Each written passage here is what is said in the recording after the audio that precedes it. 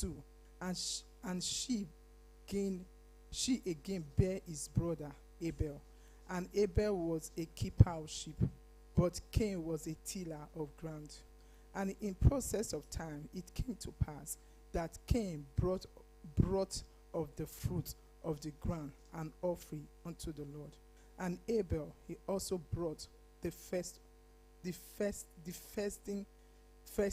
of his flock and of the fat. And the Lord had respect unto Abel and his offering, but unto Cain and unto his offering he had not respect. And Cain was very wroth, and his countenance fell. 6. And the Lord said unto Cain, why art thou wroth, and why is thy countenance falling? If thou doest well, thou shalt not be accepted. And if thou doest not well, sin lieth at the door, and unto thee shall be his desire, and thou shalt rule over him. 8. And Cain walked with Abel his brother, and it came to pass, when they were in the field, Cain rose up against Abel his brother, and slew him. And the Lord said unto Cain, where is Abel thy brother? And he said, I knew not. Am I my brother's keeper? 10. And he said, what hast thou done? The voice of the brother, blood crieth unto me from the ground. 11. And what art thou caused from the earth, which thou openest her mouth to receive thy brother blood from thy hand? When thou tillest ground, it shall not, and a vagabond shalt thou be in the earth. 13. And Cain said unto the Lord, my punishment is greater than I can bear. Behold, thou hast driven me from the face shall I be hid, and I shall be a fugitive and a vagabond in the earth. And it shall come to pass that everyone that falleth me shall slay me.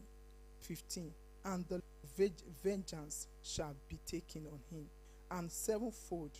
And the Lord set a mark upon Cain, lest any find him, and call the name of the city after the name of his son Enoch.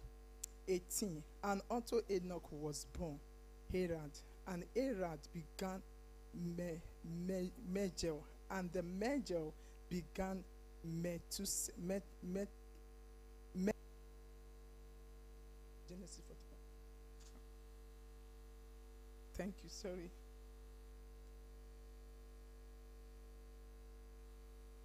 I'm going to read Genesis 40. Fed on a meadow, and behold, 7 others came up after them out of the river, ill-favored, and they leafleshed, and he dreamt the second time. And behold, 7 ears of corn and good, and behold, a dream. And it came to pass in the morning that his spirit was troubled, and he sent and called for all the magicians of Egypt, and put me in ward in the captain of the guard house, both me and the chief baker. And we dreamed a delve, and changed his raiment. And he came unto Pharaoh. And Pharaoh said unto Joseph, I have dreamed a dream, and there is none that can interpret it. And I have heard say unto thee, thou canst understand dream, to interpret it. Joseph answered Pharaoh of peace. 17. And Pharaoh said unto Joseph, in my dream, behold, I stood the bank of river, and behold, there came up out of the river 7 kings, fatless and well favored, and they fed on the meadow.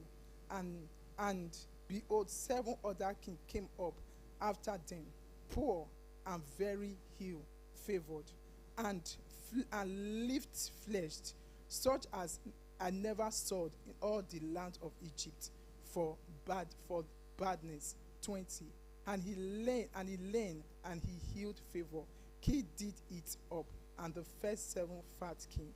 And when they had eaten them, eating them up, it could not be known that they had, but they were still healed favor as at the beginning. So I woke up. I saw it my dream, and behold, 7 was came up in the stalk, full and good. And behold, 7 ears winded thing and blasted with the east wind sprung up after them. And the 10 ear devoured the 7 good ears. And I told this unto the magician, but there was none that could declare it to me. 1. God had shown Pharaoh what is about to do. 27. And 7 good kings are the ears, are the years, and the 17 healed favor king that came up after them are 7 years, that the 7 empty years blasted with the east wind shall be 7 years of famine. This is God is about to do, is to show unto Pharaoh, behold, there came 7 years of great plenty without all the land of Egypt. And there shall arise after them 7 years of famine, and all the plenty shall be forgotten in the land of Egypt. And the famine shall consume the land. 31. And the plenty shall not be known in the land by reasons of the famine following, for it shall be very grievous. 32. And for that he dreamt was doubled unto Pharaoh twice. It is because of the thing of this established by God, and God will shortly bring it to pass. Now therefore let Pharaoh look out a man discreet and wise, and set him over the land of Egypt. Let Pharaoh do this, and let him appoint officers over the land, and take up the 50 part of the land of Egypt in a 7 plenteous years, and let them gather all the food of those good years that come, and lay up through the famine.